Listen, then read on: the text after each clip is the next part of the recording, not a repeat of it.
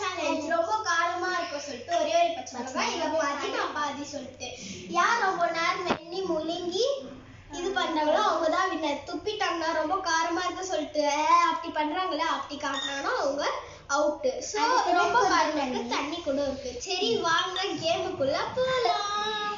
3, 2, 1 start.